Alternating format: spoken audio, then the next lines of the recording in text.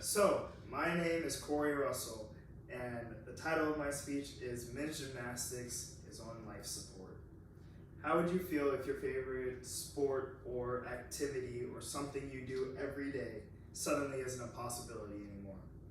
I'm sure some would cope, but others would lose their mind. During quarantine, William and Mary announced they were dropping their men's gymnastics team because the program wasn't making money and it's a declining sport. Once that happened, other schools began to do that as well. Every voice helps in the fight to save collegiate gymnastics. I will explain to you the impact of declining collegiate men's gymnastics programs, the struggle for a future in men's gymnastics, and what happens next. The reason this is a big deal is because the athletes that were still on the gymnastics team were left with no place to train and no idea what to do next. I have a friend who goes to Minnesota, and I have a friend who goes to William and Mary for gymnastics. These two colleges dropped their program without much of a warning. This caused panic and confusion because the moment the programs were dropped, all of the athletes had to reassess why they were at the college. If you go to college to do a specific sport and it's taken from you, what would you do?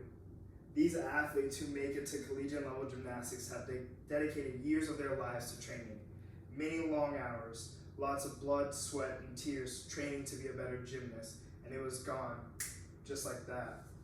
You might think to yourself, how is this important? But the increasing number of schools dropping men's gymnastics means less choices for high school athletes. In 1969, NCAA men's gymnastics had more than 210 programs.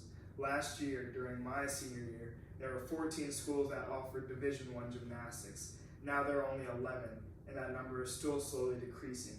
When I was applying for college, I applied to Minnesota. As I was finishing everything, I found out that my dream school wouldn't have what I was looking for, so I had to cut my losses and look for another school. But the same thing happened to every other senior gymnast, and it's still going on. This leaves gymnasts stuck because we have trained so hard only to finish and not have a college to go to.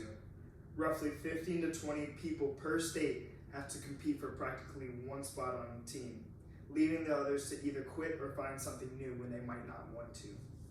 Sadly, the sport as a whole is declining.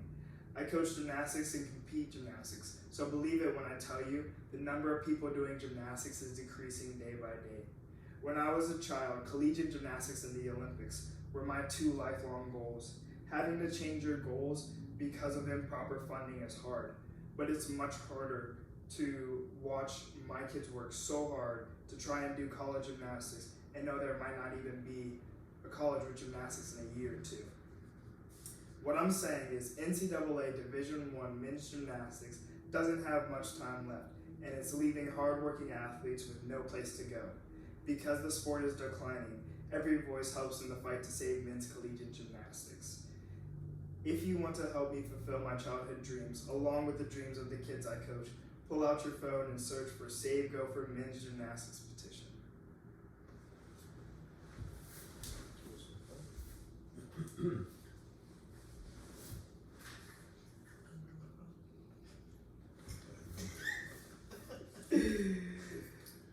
Alright, well, pull out your phone and so search for Save Gopher Men's Gymnastics Petition.